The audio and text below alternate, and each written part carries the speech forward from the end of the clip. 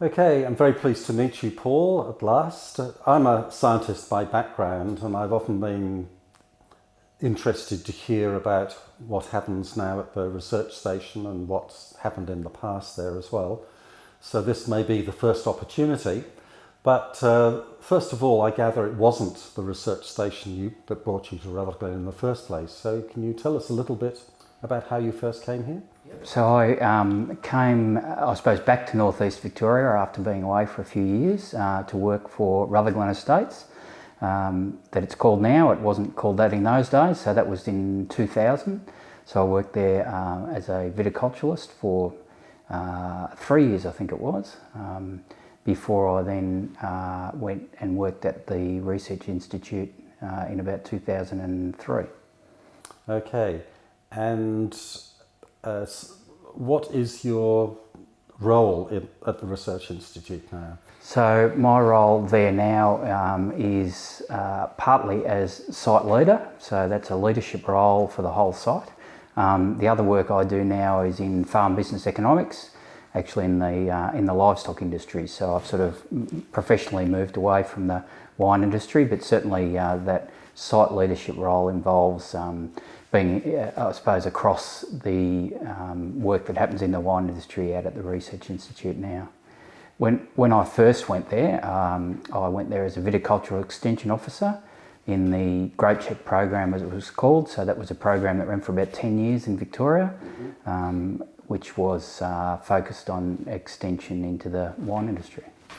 Okay, so site leadership, that sort of implies to me both a general overseeing of projects and also some administration, is that right? It's purely a leadership role. There's no management of any of the staff on the site, so they have their own management channels.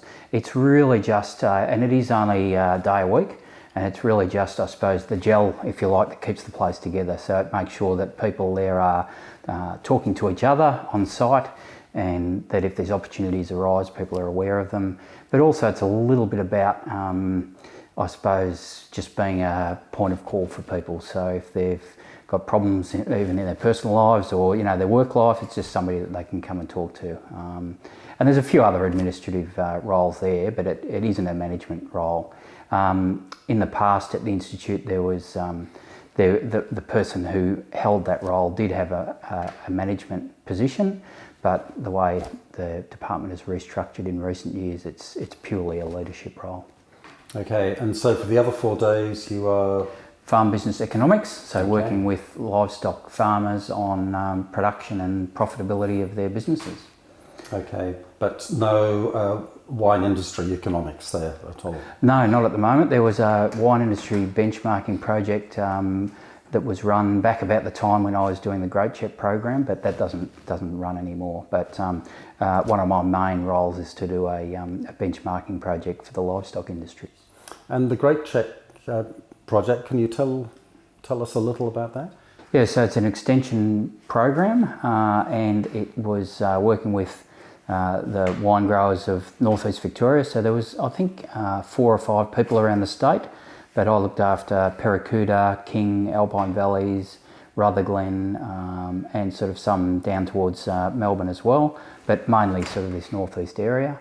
So it was focused on, I suppose, helping growers to achieve best practice in their businesses. So what were some of the things they could do in the vineyard that would help improve their quality of their fruit, irrigation practices, pest and disease, those sorts of things. So yeah, it was pretty rewarding sort of a program.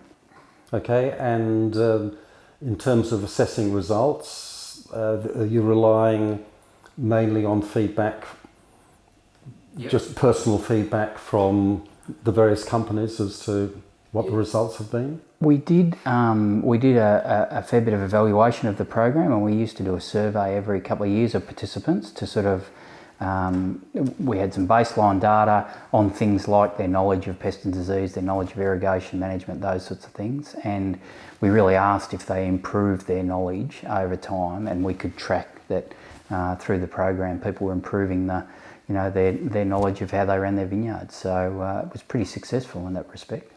Okay, I think my contact with that was Erica Winter, who was part of that project, I think. Yeah, Erica was part of that, and we worked together on a program then, which was about improving, I suppose, or looking at the links between some of the practices in the vineyard and the quality of wine. And I think that was a really good program that brought together some of the, I suppose, the last 4 or 5 years of the program to just, I suppose, try and quantify, what were some of the practices in the vineyard that could influence wine quality.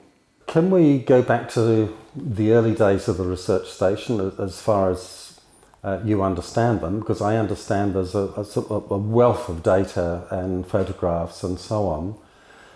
So are you in a position to talk about the role it had in the wine industry in Rutherglen or Victoria in general?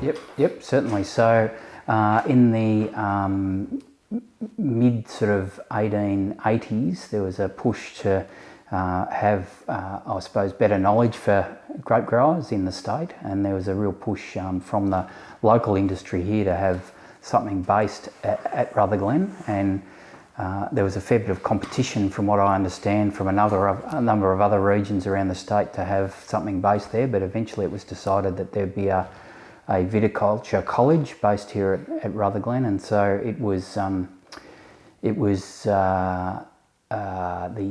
we've just celebrated the 120 years of, if you like, the foundation stone of that being laid. So that was in 1886, and in those days it was, I suppose, not much different to the grape check program. So it was about skilling people in working in the vineyards.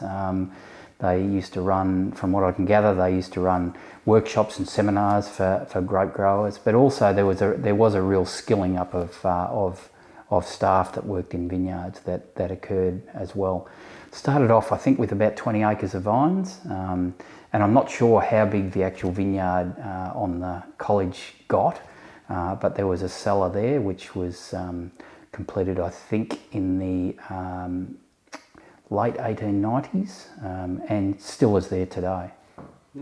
And the college itself was out on what's now the site of the research station? Yeah, that's correct. Yep. So it was based there, and some of those photographs show, the old college buildings, which are not there anymore, but they're still on the same site. And there's some areas that you can recognise, and certainly the cellar is still there. Okay. Now, I presume the research station had quite an important role in countering phylloxera. It did, and that was what a lot of their early research was. So there was, if you like, the training element and the information element, but then there was the work on phylloxera. And it's interesting that some of the early ideas on phylloxera have changed, and some of them didn't. So it was, it's still obviously a major pest today, and that's what most of the research work that happens for the wine industry out there now still focuses on phylloxera. But a number of things like the belief then that if you flooded a vineyard you would kill phylloxera, and that was quite a strong recommendation back in those days, has been since shown to be ineffective. So there's a bit of change, but there's been not a lot. And again, back in those days, the recommendation was to use resistant rootstocks, and it's still essentially the recommendation today. And on that vein, the college ended up branching out into if you like, grafting. So there was a lot of grafting that was done through the college, and a lot of that was done at Waganya, at the site that was at Waganya at the time, and that was essentially to provide grafted cuttings for use in the local vineyards. Can you tell us about some of the other projects the centre's been involved in? So the grafting obviously was a major part of what was happening there, and they did a lot of work on both the technical side of grafting, so developed some new grafting methods, but also a lot of variety trials in terms of what varieties were suitable for the Rutherglen district. There was work done on drip irrigation, there was work done on using sulphur in winemaking, and also some work done on the smoke taint problem that has emerged since about 2003. Oh, so that's response to very recent problems. Yes, okay. yeah. That was so the 2003 bushfires. We had some smoke taint issues here, and the department has done quite a bit of research in terms of the impacts of that and maybe some mitigation against that. You said then suitability of new varieties for Rutherglen, and yet in the early days it was set up as a facility for Victoria, so that there has been a change in focus to make it more local, has it? I think when the focus moved towards the grafting business, that was probably a more localised business, I think, and it was particularly that grafting was sort of more focused on the Rutherglen area rather than the rest of the state.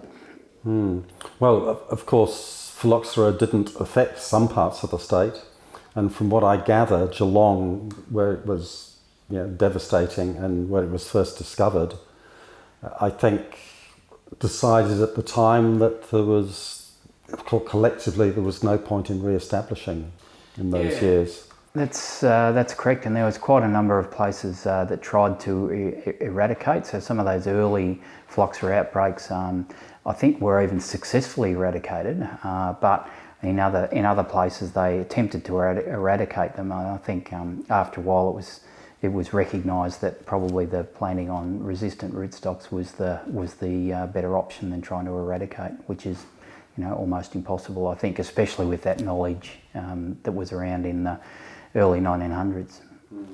So when we see outbreaks in regions where phylloxera has not been found before, most critically, of course, in the Yarra Valley, basically the response has been through existing knowledge rather than through needing to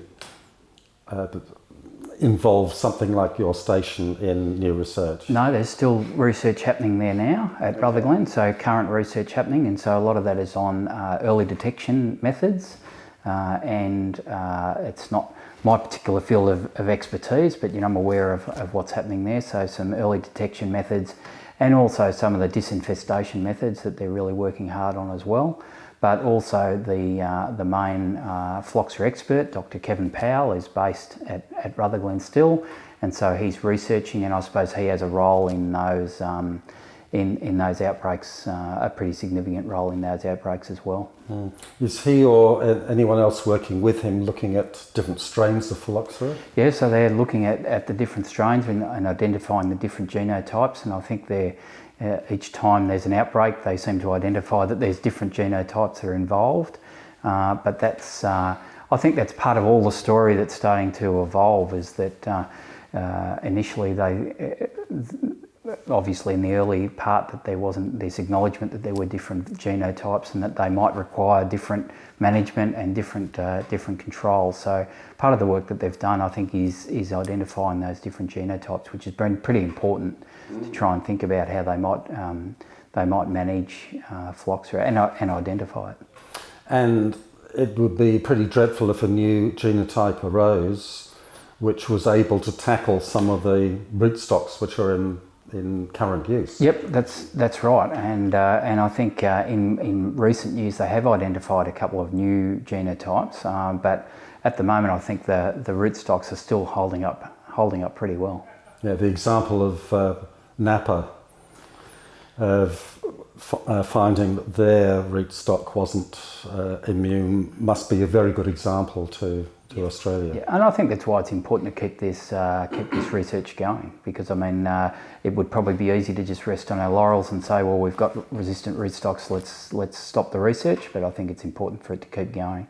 And I think some of the early detection stuff is pretty important, and that's using some pretty interesting new science, I suppose, to be able to do that early detection. So things like they've done some satellite imaging of vineyards to detect that, and also they're looking at, I think, being able to take tissue samples of the plant and being able to identify if there's phylloxera present or not before they're actually seeing real symptoms. You mentioned eradication.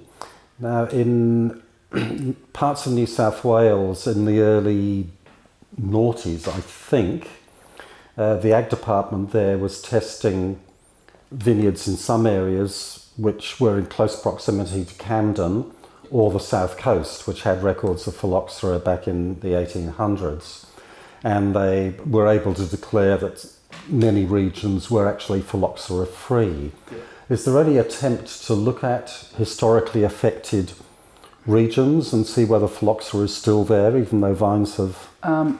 There isn't as such, but there's been a fair bit of work probably in the last 10 years in Victoria on redefining, if you like, some of the boundaries of some of the phylloxera zones in Victoria. I think as much as anything, it's survey work, and a couple of new zones have been declared, I suppose, free of phylloxera, and they were suspected of being free, but I think the survey work was needed to actually determine that. And it's really more survey work than actually looking at methods to try and eradicate. Now, the research station, the way it's structured interests me because funding of research institutes, I think every scientist recognises, is becoming more and more critical. So are these full-time employees of the station or the agriculture department or whatever, or do you have people in visiting positions there from universities as well? There's a little bit of visiting that happens. There's not a lot at the moment, but most of the people who work there are employed. They're employed generally on project basis, so that tends to be a sort of a 3-year cycle or thereabouts. So there's a little bit of coming and going, depending on what money is around for work, and the size of the institute, I think, as reflected by the size of the department and the size of the amount of research that's happening in Victorian agriculture has meant that the size of the institute's smaller now than it was, even 10 years ago. And what proportion of the people there are actually working in viticulture and winemaking research? So there's only 3 at the moment, 3 people, and the only work that's happening there at the moment is in the phylloxera area. So the smoke taint research is now happening out of Mildura, but we're purely doing phylloxera work there at Rutherglen. So that's 3 out of... about 45 people there at the moment. Oh heavens! So it's quite a large centre still. Yeah, reasonably large. Yeah. But there was 10 years ago there was probably 70 or 80 people working there. So it's large still, but it has reduced in size in recent years. The history of the station. Could you tell us a little about the history of the station in viticulture and winemaking, and whether there will be opportunities for the public or people in the industry to come and view that?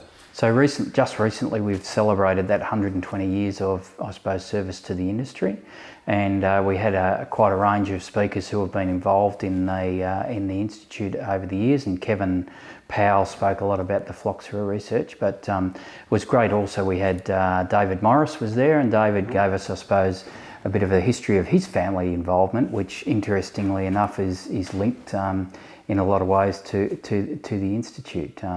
So that when the Governor of Victoria came to Rutherglen to officially open the institute, which is in 1886, I think, he actually stayed at Fairfield and was hosted by David's great grandfather, I think. So there's quite a lot of links there.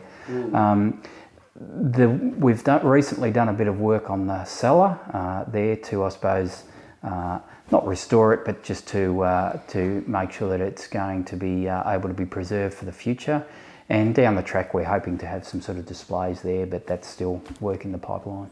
Okay. And are there still vineyards there? No. There was a small vineyard that had some rootstock trials in it, but it's abandoned now, so there's no vineyards there at all. Okay. So are you in a position to speculate on what contribution the station will make in the future? It's really hard to know, but I think it's going to be focused on the phylloxera work still, because there's still obviously interest in that. And I suppose while we're still getting outbreaks, there's still an industry interest in making sure that there's continued work in that area. So I think that will be where we'll continue to focus. Okay, and your own personal interests, you've been a viticulturist in the past. Do you, are you really longing to get back to that, or are you quite comfortable in what you're doing at the moment? Pretty comfortable in what I'm doing at the moment. Probably my viticultural interest at the moment is enjoying local wines. Well, there are plenty of local wines to enjoy, and long may that continue. Yeah. So, Paul, thank you very much for coming in and talking to us. It's been great to catch up about the work of the station in the past and currently. Thank you. Thank you.